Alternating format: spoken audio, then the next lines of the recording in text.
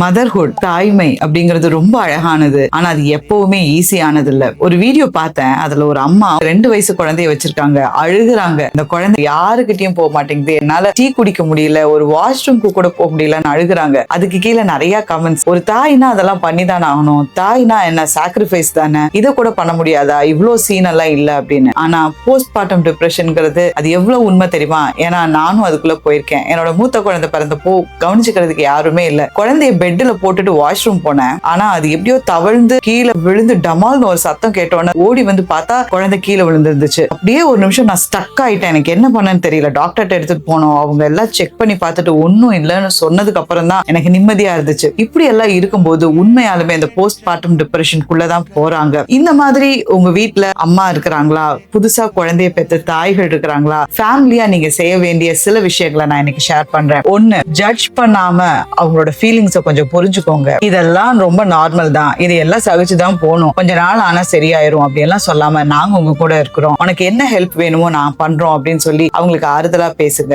ரெண்டாவது, give them some breaks. கொஞ்சம் ஒரு இடைவெளியாவது கொடுங்க. நீங்க குழந்தைய பார்த்துட்டு அட்லீஸ்ட் ஒரு half an hour or 1 hour break கொடுத்தீங்கன்னா அந்த அம்மா தனக்கான ஏதோ ஒண்ணு செஞ்சுக்குவாங்க, கொஞ்சம் மென்டலி ஃப்ரீ ஆவாங்க. அடுத்தது, டோன்ட் கம்பேர் தெம். இந்த வீட்டுல ஒரு குழந்தை பத்தியா, இந்த வீட்டுல ஒரு அம்மா பத்தியா, அவங்க இவ்வளவு அழகா குழந்தைய வளர்த்துறாங்க, உனக்கு என்ன? ஆபரேஷன் முடிஞ்சு வந்ததுக்கு அப்புறமோ இல்ல நார்மல் டெலிவரிக்கு அப்புறமோ ஒவ்வொருத்தரோட உடம்போட கண்டிஷனும் அவங்களோட மென்டல் கண்டிஷனும் மாறும். அதனால ஃபேமிலியில இருக்கிற மெம்பர்ஸ் நீங்க கொஞ்சம் ஆதரவா இருந்தீங்கன்னா கண்டிப்பா இந்த போஸ்ட் பார்ட்டம் டிப்ரெஷன்ல இருந்து, போஸ்ட் பார்ட்டம் சைக்காசிஸ்ல இருந்து ஒரு தாய் வெளியே வர முடியும். Thank you so much.